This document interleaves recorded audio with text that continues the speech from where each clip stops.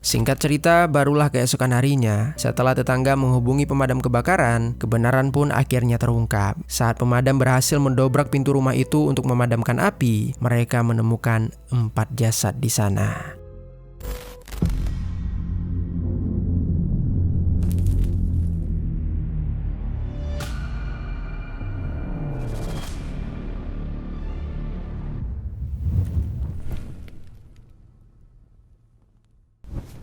Halo para pendengar kisah, selamat datang kembali di channel ini, tempat di mana kami akan membahas kisah-kisah kriminal nyata yang terjadi di seluruh dunia. Kami berharap semoga kalian semua dalam keadaan sehat walafiat dan dijauhkan dari mara bahaya. Pada minggu pertama bulan April tahun 2017, di sebuah lingkungan elit di kota Tiruvananthapuram, India bagian barat daya, para warga mulai menyadari sesuatu yang aneh. Ada bau menyengat yang terus tercium di udara. Bau itu mirip seperti bensin. Bukan bau yang menyenangkan, tapi juga bukan sesuatu yang terlalu mengganggu. Awalnya mereka hanya mengabaikan, namun hari demi hari berlalu, bau itu ternyata tak kunjung hilang. Hingga akhirnya pada Sabtu malam, tanggal 8 April, para tetangga sudah merasa muak. Mereka memutuskan untuk mendatangi rumah nomor 117 untuk menanyakan ke si penghuni dari mana asal bau menyengat itu. Seorang pria membuka pintu. Dengan santai dia mengatakan kalau dia hanya sedang membakar koran-koran lama, sehingga tidak ada yang perlu dikhawatirkan. Akhirnya para tetangga pun pulang, walaupun beberapa dari mereka masih merasa ada sesuatu yang tidak beres. Keesokan paginya, di hari Minggu itu situasi berubah drastis. Asap mulai terlihat mengepul dari rumah tersebut. Tanpa banyak berpikir, salah satu tetangga langsung menghubungi pemadam kebakaran. Akhirnya, saat pemadam dan para tetangga memeriksa langsung, ternyata bau yang sudah menyengat beberapa hari tersebut bukan berasal dari pembakaran koran. Dan pria yang tinggal di rumah itu sudah tahu persis dari mana bau itu berasal. Kasus ini pun disebut sebagai pembantaian keluarga Nathan Code, dan beginilah kisah di baliknya. Pendengar kisah, sebelum kita lanjut, aku mau rekomendasiin salah satu produk yang bisa kalian beli melalui fitur belanja di bawah. Neckband Philips TAA 1708 Bone Conduction. Neckband ini punya build quality yang bagus banget dengan harga yang terjangkau. Desainnya cukup unik, meskipun gak kalian masukin ke dalam lubang telinga, tapi suara yang dihasilkan tetap realistis banget. Karena produk ini udah pakai teknologi Dynamic Audio Energy Allocation Algorithm, yang mana itu ngebuat suaranya kedengaran lebih natural dan juga jernih.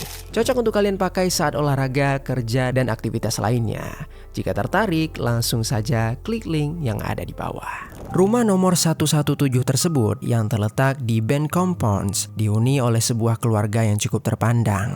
Keluarga tersebut terdiri dari Dr. Jin Padma, Profesor Raja Tankam, dan 2 anak mereka yang sudah dewasa, yaitu Caroline dan Kadel. Bersama mereka juga terdapat seorang kakak dari Raja yang bernama Lalita. Usianya sudah cukup renta sehingga dia pun ikut tinggal di sana.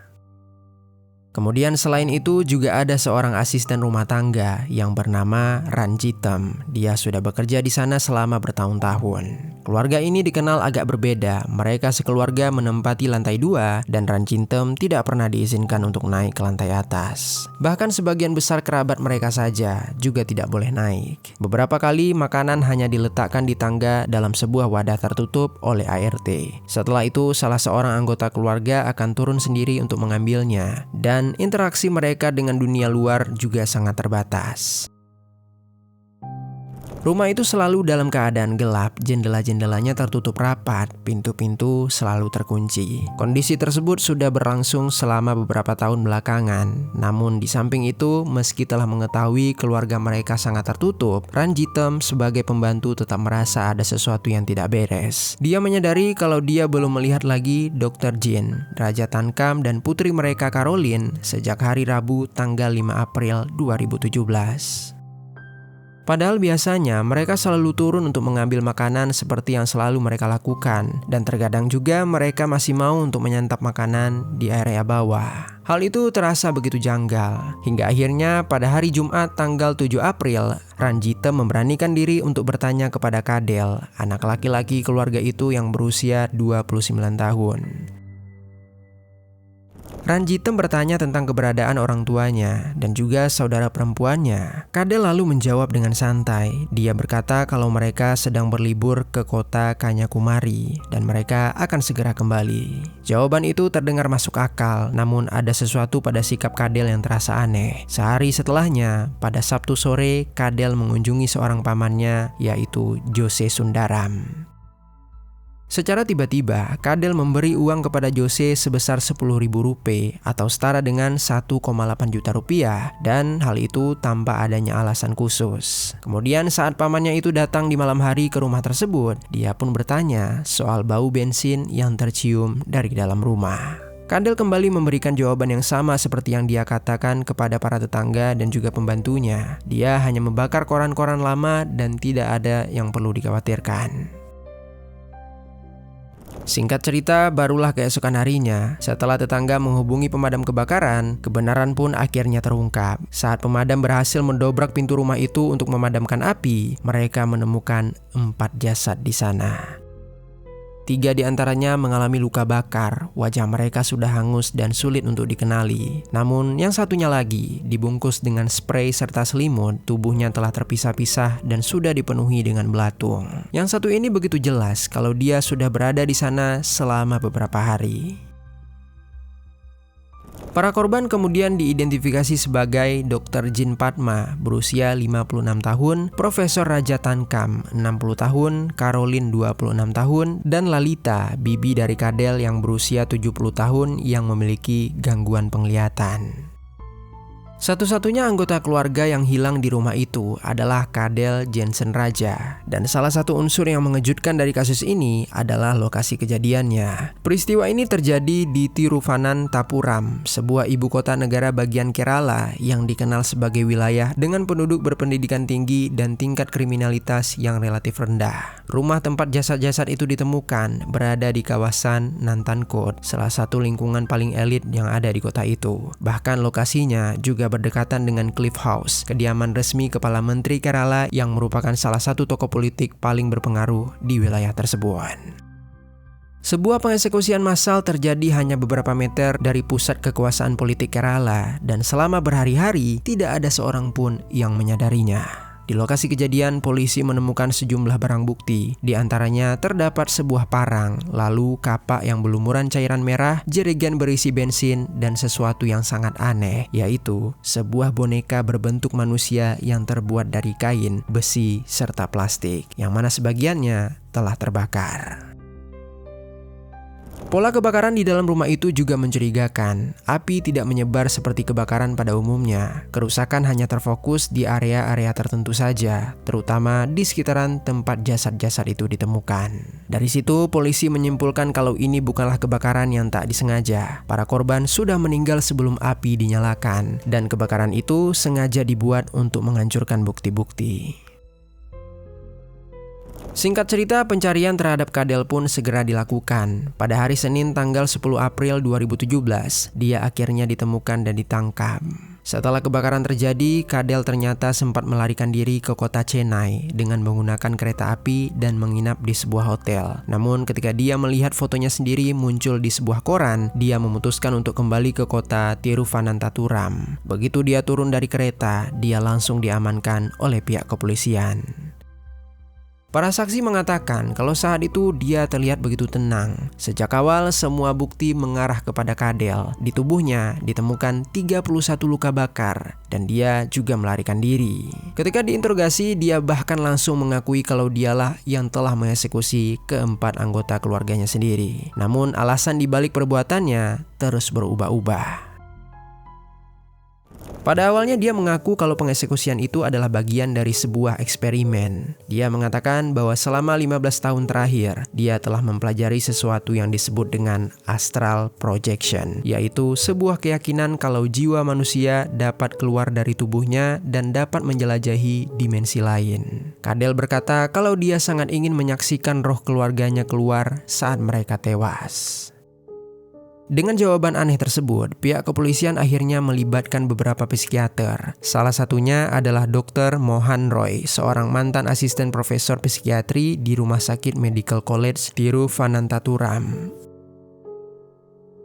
Selama pemeriksaan, Cadell terus mengubah-ubah pernyataannya. Dia menunjukkan tanda-tanda delusi. Para ahli menduga kalau dia mungkin mengalami gangguan kepribadian ganda. Meskipun beberapa laporan juga menyebutkan bahwa dia pernah menjalani perawatan untuk skizofrenia.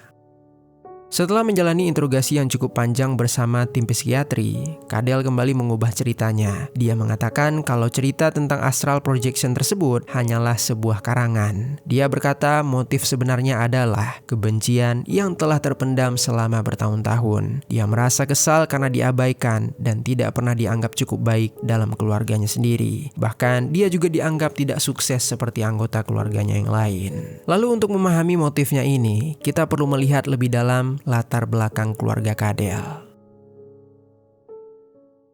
Dr. Jin Padma dan Profesor Rajatan Kam dipandang sebagai pasangan yang sangat kaya, dihormati, dan berpendidikan tinggi di wilayah itu. Jin sendiri pernah bekerja sebagai dokter pegawai sipil di rumah sakit umum selama bertahun-tahun, dan bahkan dia juga memiliki pengalaman bekerja di luar negeri sebelum akhirnya dia pensiun. Sementara itu Rajatan Kam yang juga sudah pensiun adalah seorang profesor sejarah di sebuah perguruan tinggi ternama yang terdapat di Tamil Nadu. Kedua pasangan ini sangat dikagumi karena di Kerala sendiri pendidikan adalah segalanya. Di sisi lain, putri mereka yaitu Caroline mengikuti jejak ibunya. Pada usia 26 tahun, dia baru saja menyelesaikan pendidikan kedoktorannya di sebuah universitas yang ada di Tiongkok. Dan saat kejadian, dia sedang pulang ke rumah untuk berlibur sejenak. Lalu sangat berbeda dengan Cadell. Setelah lulus SMA di India, dia sebenarnya ingin mendalami pelajaran sejarah. Namun orang tuanya malah mengirimkan dia ke Australia untuk belajar ilmu kedokteran. Dia sempat menjalani pendidikan itu tetapi kemudian dia keluar. Dia mencoba mengambil jurusan kecerdasan buatan atau AI, namun dia kembali gagal. Akhirnya dia pun pulang ke kampung halaman sekitar tahun 2009 atau tahun 2010 tanpa mendapatkan gelar apapun.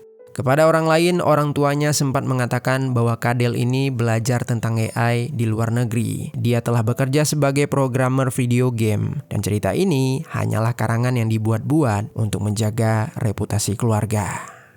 Kenyataannya begitu berbeda. Selama di Australia, Cadell hanya bekerja serabutan sebelum akhirnya dia pulang dan mengurung diri di dalam kamar lantai atas rumah mereka. Selama hampir 7 tahun lamanya, dia terus hidup terisolasi. Dia tidak memiliki teman dan tidak mempunyai kehidupan sosial. Para tetangga mengenalnya sebagai orang yang pendiam dan tertutup, namun tetap sopan jika diajak berbicara. Dia menghabiskan sebagian besar waktunya di dalam kamar dengan pintu yang terkunci. Dia hanya turun ke bawah cuma untuk mengambil makanan. Bahkan orang tuanya saja jarang masuk ke dalam kamarnya atau berbicara dengannya. Kondisi rumah itu sendiri semakin memperkuat kesan isolasi tersebut. Gelap, suram, dengan pintu serta jendela yang jarang dibuka.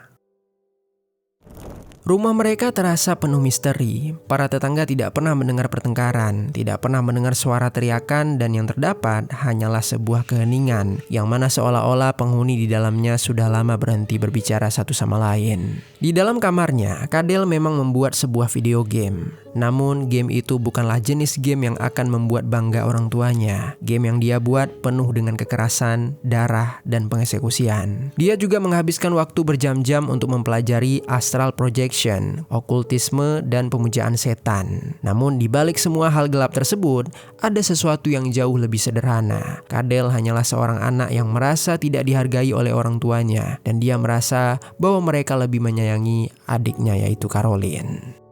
Cadell mengaku kalau dia tidak pernah diajak ke acara sosial. Dia tumbuh dengan perasaan rendah diri karena semua orang di sekitarnya terus berhasil, sementara dia selalu gagal dalam apapun yang dia coba. Perasaan-perasaan ini memang menimbulkan rasa dendam, namun tragedi yang terjadi bukan berlangsung secara tiba-tiba karena dorongan emosi sesaat. Polisi menemukan kalau pengeksekusian tersebut telah direncanakan selama 3 bulan. Cadell membeli sebuah kapak secara online, lalu dia membuat boneka seukuran manusia untuk mewakili orang tuanya, yang mana boneka itu dia gunakan untuk berlatih menyerang dengan cara brutal. Kemudian di samping itu, seorang detektif cyber juga menemukan riwayat pencarian Cadell di internet. Riwayat itu menunjukkan kalau dia telah mempelajari cara pengeksekusian massal, menonton tutorial menggunakan kapak sebagai senjata, serta serial web yang menampilkan pengeksekusian dengan kapak. Dia menyiapkan semua itu dengan matang. Sehari sebelum pengeksekusian pertama, dia membeli perlengkapan pembersih dan plastik hitam. Singkat cerita, tibalah harinya. Pada Rabu pagi tanggal 5 April 2017, Cadel mengatakan kepada ibunya kalau dia telah membuat sebuah video game dan ingin memperlihatkannya. Jin pun mengikuti putranya itu ke dalam kamar dan dia duduk di depan komputer. Lalu ketika Jin lengah, Cadel secara tiba-tiba menyerang dari arah belakang dengan sebuah kapah. Dia mengeksekusi Jin, mencincang tubuhnya di kamar itu dan memindahkan jasadnya ke dalam kamar mandi. Setelah itu dia turun ke lantai bawah untuk menemui ayah serta adiknya yang sedang makan siang. Dia berperilaku normal seperti seolah-olah tidak terjadi apa-apa. Kemudian pada sore hari dia mengajak ayahnya ke dalam kamar dengan alasan yang sama, yaitu ingin memperlihatkan game yang dia buat. Baru selangkah masuk ke dalam kamar, Raja sudah diserang dari arah belakang dengan sebuah kapak hingga dia tewas bersimbah cairan merah. Setelah itu dia melakukan hal yang sama kepada adiknya, yaitu Caroline. Ketiga korban dieksekusi dengan metode yang sama dan semua jasad disimpan di dalam kamar. Keesokan harinya, dia mendekati Lalita, bibinya yang tinggal di lantai bawah. Dia mengatakan bahwa ibunya yaitu Jin sedang menelpon dan ingin berbicara dengannya. Tanpa curiga, Lalita mengikuti Cadel ke lantai atas. Cadel kemudian menghantamnya dari belakang hingga tewas seketika. Tetapi kali ini, Cadel memisahkan tubuh Lalita menjadi beberapa bagian, lalu membungkusnya dengan kain dan dibiarkan begitu saja. Berbeda dengan 3 korban lainnya, jasad Lalita tidak dibakar. Beberapa hari kemudian, jasad itu ditemukan dalam keadaan penuh belatung. Selama 3 hari berikutnya, Cadel hidup di rumah itu bersama 4 jasad keluarganya. Dia telah membeli bensin beberapa minggu sebelumnya sebagai bagian dari rencana kejinya. Pada hari Sabtu, dia akhirnya menuangkan bensin ke jasad Jin, Raja, dan Caroline. Cadel membakar ketiganya di dalam kamar mandi. Namun api tidak menyebar seperti apa yang dia perkirakan. Sehingga keesokan paginya, dia mencoba lagi. Di hari Minggu tersebut, api menyebar cukup luas membuat asap mulai mengepul hingga keluar rumah. Seorang saksi sempat melihat Cadel berlari keluar rumah dan mencoba bersembunyi di area sekitar. Namun tak lama kemudian, Cadel langsung kabur meninggalkan rumah tersebut. Pada tanggal 10 Juli 2017, dakwaan resmi diajukan terhadap Cadel. Dakwaan itu didukung oleh 92 saksi dan 151 dokumen. Bukti forensik mengungkapkan semuanya: jejak darah, residu bensin, laptop berisi riwayat pencarian, video tutorial, dan boneka sebagai alat latihan. Selain itu juga terdapat bukti kalau ternyata dia juga sempat mencoba meracuni keluarganya dengan mencampurkan pestisida ke dalam makanan mereka, sebelum akhirnya dia mengeksekusi mereka dengan cara yang begitu kejam. Kasus ini sangat jelas, ini adalah pengeksekusian berencana yang dilakukan dengan penuh perhitungan. Namun meski bukti begitu kuat, kasus ini membutuhkan waktu 7 tahun lamanya untuk dibawa kepada pengadilan. Awalnya tim medis menyatakan kalau Cadel tidak layak untuk diadili karena kondisi mentalnya, sehingga kasusnya ditunda sampai setelah evaluasi ulang dilakukan. Dan kemudian barulah dia dinyatakan kalau Cadel cukup sehat untuk menjalani persidangan. Persidangan pertama Cadel akhirnya dimulai pada bulan November 2024. Selama ini Cadel telah ditahan di penjara pusat Pujapura, dan di sana dia sempat mencoba mengeksekusi teman satu selnya, sehingga dia pun harus dipindahkan ke sel isolasi. Cadel juga terus membuat pernyataan-pernyataan aneh. Dia mengaku bisa berkomunikasi dengan orang tuanya yang telah meninggal melalui astral projection dan ritual setan. Kemudian di saat itu ada Direktur Jenderal Penjara yang bernama Sri Leka. Dia pernah menceritakan pengalamannya saat bertemu dengan Cadel. Ketika dia bertanya mengapa Cadel mencoba mengeksekusi teman selnya, Cadel menjawab kalau dia diperintahkan oleh sesosok iblis. Dia menggambarkan sosok itu sebagai makhluk berwarna hitam dengan kepala bulat, mata merah, gigi putih, dan kuku panjang berlumuran darah. Ketika dia ditanya tentang pengeksekusian keluarganya, dia hanya tertawa. Namun tiba-tiba ekspresinya berubah. Dia memanggil dirjen penjara itu dengan sebutan tante, dan dia mengatakan kalau ada sesuatu yang berdiri di belakangnya, tampak seperti seorang wanita katanya. Makhluk itu selalu bersamanya sejak dia ditangkap polisi. Makhluk itu menyuruhnya untuk mengeksekusi lagi. Sri Leka tidak menoleh ke belakang. Dia langsung memanggil sipir lain dan meminta Cadel untuk dibawa keluar. Selama 6 tahun pertama, hanya satu orang yang rutin mengunjungi Kadel di penjara, yaitu pamannya yang bernama Jose Sundaram. Namun pada akhirnya pamannya itu pun berhenti untuk datang. Lalu pada tanggal 12 Mei 2025, 8 tahun setelah pengeksekusian terjadi, pengadilan sesi tambahan ke-6 menyatakan Kadel Jensen Raja bersalah atas 4 tuduhan pengeksekusian, penghancuran barang bukti, dan pembakaran. Seorang hakim bernama Visnuka menjatuhkan vonis keesokan harinya. Kadel dihukum penjara seumur hidup untuk pengeksekusian, 7 tahun untuk pembakaran, dan 5 tahun untuk penghancuran barang bukti. Semua hukuman dijalani secara berurutan, artinya dia harus menjalani 12 tahun terlebih dahulu untuk pembakaran dan penghancuran bukti sebelum hukuman seumur hidupnya dimulai. Tanpa pengurangan hukuman dari pemerintah, dia diperkirakan akan mendekam di penjara setidaknya 25 hingga 30 tahun. Saat ini dia berada di usia akhir 30 tahunan, yang berarti kemungkinan besar dia baru akan bebas saat usianya mencapai 60 tahunan. Selain itu, pengadilan juga menjatuhkan denda sebesar 1,5 juta rupiah atau setara dengan 277 juta rupiah, dan 1,2 juta rupiah diantaranya akan diberikan sebagai kompensasi untuk keluarga melalui Jose Sundaram yang telah menjadi saksi utama pihak penuntut. Namun yang membuat kasus ini begitu mengerikan bukan hanya kekerasannya saja, bukan juga hanya klaim-klaim aneh yang disampaikan oleh Kadel, melainkan tingkat perencanaan yang luar biasa detail. Pembelian senjata, latihan berulang kali, riset di internet, dan cara dia memancing korban satu persatu untuk menuju kematian mereka. Hari ini rumah nomor 117 di Band Compound itu tetaplah kosong. Gerbangnya berkarat, jalan menuju rumah tersebut sudah dipenuhi semak liar. Bangunannya bahkan sudah tidak terlihat jelas dari jalanan. Properti itu bersama aset-aset keluarga lainnya bernilai puluhan juta dolar. Semua itu secara hukum adalah milik Kadel. Namun tidak ada yang tahu apakah dia akan keluar dari penjara untuk mengklaim semuanya. Mungkinkah selama ini warisan ini menjadi motivasi dari Kadel? Kita tidak pernah tahu bagaimana pastinya. Sekian kisah hari ini, mudah-mudahan ada pelajaran baik yang dapat kita ambil.